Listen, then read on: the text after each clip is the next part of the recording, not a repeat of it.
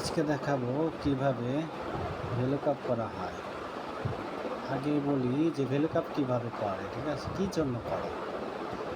ধরো আমাদের এখানে আছে, এখানে শপ নেম আছে আর কি, দোকানের নাম আছে, কিন্তু আমাদের এখানে এই দোকানের অ্যাড্রেস নাই। অ্যাড্রেস আনতে হলে আমার শিট 2-তে যেমন ধরো অ্যাড্রেস আছে, কিন্তু এখানে অনেকগুলো অ্যাড্রেস আছে, ঠিক আছে।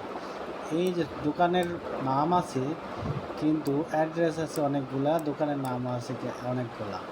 এর ভিতর থেকে আমি যদি এই কয়টার অ্যাড্রেস বের করি তাহলে আমাদের কি কাজ করতে হবে, ভেলুকাপ করতে হবে, ঠিক আছে।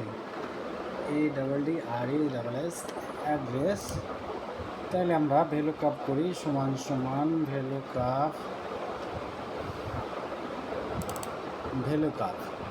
আমরা তারপরে এখানে কি আছে, লুকআপ ভ্যালুস, ঠিক আছে। লুকআপ ভ্যালুস মানে আর কি শপ নেম, ঠিক আছে, কমা, তারপর কি টেবিল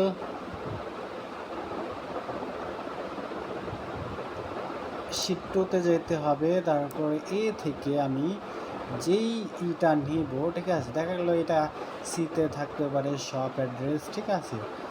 যদি সিতে থাকে বা ডিতে থাকে, আপনারা করবেন কি, ধরেন থেকে আমি বিতে আছে, যেহেতু আমি বি পর্যন্ত সিলেক্ট করে কত আছে দেখছো এখান থেকে, তাহলে 1 2 কমা 2 কমা ট্রু ফলস আসবে, ঠিক আছে। ট্রু ফলসের এই জায়গা ফলস দিতে হবে, ফলস দিয়ে ইন্টার দিলেই আমরা দেখবা যে এটার চলে আসছে, অ্যাড্রেস চলে এসেছে, ঠিক আছে। ধরো আমি এটা ধরে এখন আমি টান দিলে মনে করলাম চলে এলো, ঠিক আছে। এখানে আমার কোনো নাই, অটো চলে এসেছে, ঠিক আছে। এখান থেকে আমি যদি মনে করলাম যে কোনো দোকান, অন্য আরেকটা দোকানে নেই, ধরো এখানে বসাই দিলাম, অটো মনে করলাম যে এখানে এটা চলে এসেছে অ্যাড্রেস। এটাই হচ্ছে মূলত ভেলুকাপের কাজ। Thank you.